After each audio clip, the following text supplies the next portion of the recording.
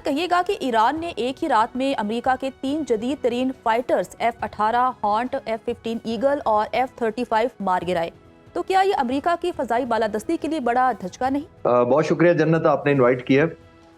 دیکھیے، یہ جو اب تک ہم نے 5 ہفتے میں جنگ دیکھی تھی، گریجولی امریکہ نے ایئر کنٹرول حاصل کرنا شروع کیا۔ میں آپ کے ویورز کی آسانی کے لیے ایکسپلین کر دیتا ہوں۔ عام طور پر جو لوئسٹ کیٹیگری ہوتی ہے جو ایک ایئر پاور کی یا ایئر سچویشن کی، وہ ہوتی ہے فیوریبل ایئر سچویشن۔ فیوریبل یہ ہوتی ہے کہ آپ کو فیور کرتا ہے انوائرمنٹ، آپ نے ایسا ماحول بنایا کہ دشمن بھی اپنی ایکٹیویٹیز کر سکتا ہے، لیکن اگر کمپیریزن کریں تو آپ کو ایڈوانٹیج ہوتی ہے۔ پھر ایک ہوتی ہے ایئر سپریمیسی۔ ایئر سپریمیسی یہ ہوتی ہے کہ دشمن کو اکا دکا کوئی کاروائی کرنے کا موقع مل سکتا ہے، آپ کے جہازوں کو تباہ کرنے کا یا نشانہ بنانے کا، لیکن اوور آل آپ کی ایک بہت زیادہ کمانڈ کنٹرول زیادہ ہوتی ہے اسپیسز کے اوپر۔ ایک ہوتی ہے ایئر ڈومیننس۔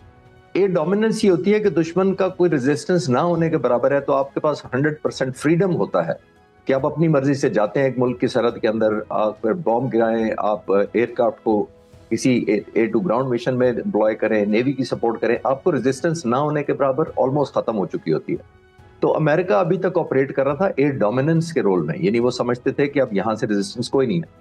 لیکن آپ نے دیکھا ہے کہ گریجولی ایران نے ایک ایسکلیشن بھی بڑھائی ہے اور ان کے جہازوں کو ٹارگٹ بھی کرنا شروع کیا۔ اب یہ پوچھا جائے کہ وہ جہاز کامیابی سے تباہ ہو گئے ہیں تو یہ بہت بڑا نقصان ہے۔ نومیرکلی یا نمبر وائز تو بہت بڑا نقصان نہیں ہے، کیونکہ امریکہ کی ایئر فورس بہت بڑی ہے، ہزاروں جہاز ہے اس کے پاس، تو اس میں سے 7، 8، 10 جہاز گرا لینا ان کی تعداد کو یا اس کی آپریشنل افیکٹونیس کو کم نہیں کرتا۔ لیکن کیونکہ یہ امریکہ ہے، دوسری طرف اس کی بہت بڑی مت ہے، اس کا بہت بڑا زوم ہے اور ایک دنیا میں ایک نام ہے، تو اس کے جہازوں کی تباہی ایک بہت بڑی امبیرسمنٹ امریکہ کے لیے۔ اور ایک اور بڑی امبیرسمنٹ یہ ہے کہ اسٹیلتھ فائٹر جہاز بھی ٹارگٹ کیا گیا ہے، اور اس کے علاوہ انہوں نے صرف ایک ٹائپ کا جہاز کو نہیں کیا، جس طرح آپ نے نام لے رہے تھے مختلف جہازوں کا، یہ ورائٹی ہے۔ اس کا مطلب ہے ایران نے کوئی انڈیجینئس ڈیولپ ایسی ٹیکنالوجی کر لی ہے کہ اسٹیلتھ کو بھی انٹرسیپٹ کر رہا ہے، ان کے فائٹر جیٹس کو بھی کر رہا ہے، ان کے گراؤنڈ اٹیکس کو بھی کر رہا ہے۔ تو یہ امریکہ کے لیے بہت بڑی امبیرسمنٹ بھی ہے۔ اور آخری اور مور امپورٹنٹ یہ بات ہے کہ یہ اس سے ہوتا یہ ہے کہ جھجک پیدا ہو جاتی ہے، ہیزیٹیشن آ جاتی ہے پلانر کے ذہن میں کہ اگر میں یہ جہاز بھیجوں گا تو کامیابی کا چانس کیا ہے؟ آیا کوئی ہم 20 جہاز بھیجوں گا تو یہ تو رسک نہیں ہے کہ چند جہاز واپس نہ آ سکیں۔ تو یہ ایک جو ہیزیٹیشن ہوتی ہے یہ آپ کی لبرٹی آف ایکشن کو کرٹیل کر دیتی ہے، یعنی امپلائمنٹ اسٹریٹجی آپ کی تھوڑی محدود آپ کو کرنی پڑتی ہے اور کیئرفل کرنی پڑتی ہے، ٹیکٹکس بدلنے پڑتے ہیں، ٹارگیٹنگ پھر پرائرٹائز آپ کو کرنے پڑتے ہیں۔ تو یہ اس کی امپلیکیشن کافی دور تک جائیں گی۔ جی اچھا سر، ایرانی حملے میں 5th جنریشن کی تباہی کا مطلب کیا ہے؟ کیا یہ امریکی جنگی ٹیکنالوجی کی ناکامی ہے یا پھر یہ پائلٹ کی صلاحیت پر سوال ہے؟ دیکھیے، 5th جنریشن بنیادی طور پر ہم سمجھتے ہیں کہ یہ اسٹیلتھ جہاز جو نظر نہیں آتا ریڈار پر، اس کو کوئی معافی نہیں ہے کہ نظر نہیں آتا۔ یہ نہیں ہو سکتا کہ 100% یہ فول پروف ہے، اس کے اندر کوئی پاسبلٹی نہیں ہے، ایسا نہیں ہے۔ یہ عام طور پر نظر نہیں آتا، لیکن کچھ ٹیکنیکس اب ہو گئی ہیں ڈیٹیکٹ، اور خاص طور پر ایک اور چیز جو انجن اس کا ہوتا ہے فائٹر جہاز کا، اس کو آپ کنسیل نہیں کر سکتے۔ آپ ایکسٹرنل باڈی کو ماڈیفائی کر سکتے ہیں، آپ ریڈار پینٹنگ اسپیشل کر لیتے ہیں، آپ انفراسٹرکچر جو کنٹور ہوتا ہے اس کا، جہاز کا ایئر فریم جس کو کہتے ہیں، وہ ماڈیفائی کر سکتے ہیں کہ وہ آنے والی جو شعائیں یا ریز ہوتی ہیں ریڈار کی طرف سے، جس کی وجہ سے وہ ریڈار ڈیٹیکٹ کرتا ہے، اس کو باؤنس بیک یا واپس نہیں جانے دیتا ریڈار کی طرف، تو جس کا مطلب ہے کہ اس کو پتہ نہیں ہوتا۔ لیکن اس کا مطلب یہ نہیں ہے کہ ڈیٹیکٹ نہیں ہو سکتا۔ ایک چیز بڑی امپورٹنٹ ہے کہ جہاز کا جو انجن ہے 800-900 ڈگری سینٹی گریڈ ٹیمپریچر ہوتا ہے اس کے اندر، پریٹ اینڈ وٹنی کا F135 انجن لگا ہوا ہے، بہت ہی ریلائبل ہے، موسٹ ماڈرن انجن ہے، اس کے بارے میں کچھ نہیں کر سکتے، حالانکہ وہ سب سے ماڈرن جہازوں میں انجنز میں شمار ہوتا ہے۔ تو یہ انجن جو ہے اس کی ہیٹ جب نکلتی ہے تو ایران نے، میرا ماننا یہ ہے کہ کوئی پاسبلی انفراریڈ کو سگنیچر کو پکڑنے کے لیے، یعنی جو ہیٹ نکلتی ہے اس کو ڈیٹیکٹ کرنے کا ایک میکینزم بنایا ہے، ایئر بورن ڈرون اور انٹرسیپٹرز کی شکل کی ایک کمبینیشن اس نے بنائی ہے۔ وہ ہوا میں لوئٹر کرتا رہتا ہے، یعنی گھومتا رہتا ہے، اور وہ ڈیٹیکٹ کرتا ہے کہ کوئی ہیٹ کہاں سے آ رہی ہے۔ ہیٹ یہ بھی ذہن میں رکھیے گا کہ زمین پر ہیٹ اس طرح نہیں پکڑی جاتی، کیونکہ پریویلنگ انوائرمنٹ ڈفرنٹ ہوتا ہے۔ ہوا میں 20,000 30,000 پر آلموسٹ -20 ڈگری ٹیمپریچر ہوتا ہے، -30 -40، تو اتنی زیادہ سرد ماحول میں جب ذرا سا بھی کوئی ہیٹ سورس نکلتا ہے تو وہ ڈیٹیکٹ کرنا نسبتاً آسان ہوتا ہے۔ تو یہ ایران نے یہ ٹیکنالوجی پاسبل لگائی ہے، جس کے بعد وہ زمین سے ایک اور انٹرسیپٹر فائر کرتا ہے اس لوکیشن پر جہاں پہ وہ انفراریڈ یا وہ جو ہیٹ سورس اس کو پتہ چلتا ہے، اس کو فائر کر کے پھر اس طرح نشانہ بنایا جا رہا ہے۔ تو یہ ایک بہت بڑی متھ ٹوٹی ہے۔ F-35 کو کمبیٹ میں کبھی نہیں مارا گیا، اور جیسے میں نے کہا کہ اس کا تو شمار ہوتا تھا کہ موسٹ ماڈرن جہاز ہے دنیا کا، اور ہے بھی، اور وہ انوینسیبل اور انورنریبل سمجھا جاتا تھا کہ ریڈار ڈیٹیکشن اور میزائلوں سے نہیں مارا جا سکتا.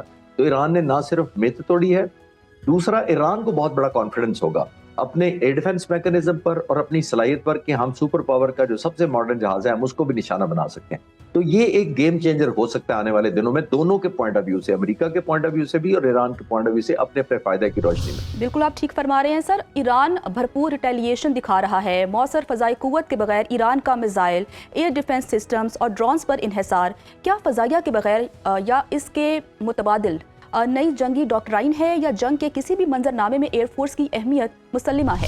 جی بالکل آپ نے صحیح کہا. یہ جو آنے والی جنگیں ہوں گی، یہ میں اکثر کہتا ہوں کہ آپ ایئر فورس کے یا ایئر پاور کے بغیر جنگ شروع تو کر سکتے ہیں، جنگ جیتی نہیں جا سکے گی، کیونکہ اتنا بڑا پروڈومیننٹ رول ہو چکا ہے ایئر پاور کا، وہ چاہے میزائلز ہوں، چاہے ڈرونز ہو، چاہے لوٹرنگ منیشن ہو، چاہے کلر ڈرونز ہوں. یعنی ایئر کا میڈیم جہاں استعمال ہو سکتا ہے، یہ ایک بہت بڑی ایڈوانٹیج ہے. اور آج نہیں ہے، جب یہ 1903 میں جہاز بنایا گیا تھا، رائٹ بردرز نے بنایا تھا، اس سے پہلے بھی یہ ملٹری وارفیئر کے لیے ایئر یوز ہوتی تھی. وہ بیلونز کی شکل میں ہوتی تھی، بیلون بھر کے اس کے اندر لوگ اوپر چلے جاتے تھے، آبزرو کرتے تھے دوسری طرف کے دشمن کی موومنٹ کیا ہے. تو یہ انسان کا خواب بہت عرصے سے رہا ہے کہ اڑ کر ایریل ویو سے دیکھنا. اب اس کی ہم مینیفیسٹیشن دیکھ رہے ہیں، اور ماڈرنائزیشن کے اندر آپ نے دیکھا ڈائیورجنس کتنی آ گئی ہے. فائٹر جہاز ہیں، انمینڈ ہے، ڈرونز ہیں، کلر منیشنز ہیں، سیٹلائٹس ہیں. یہ تمام کا تمام ایئر میڈیم یوز ہو رہا ہے. تو آنے والے جنگوں میں اور زیادہ امپلائے کرنا پڑے گا.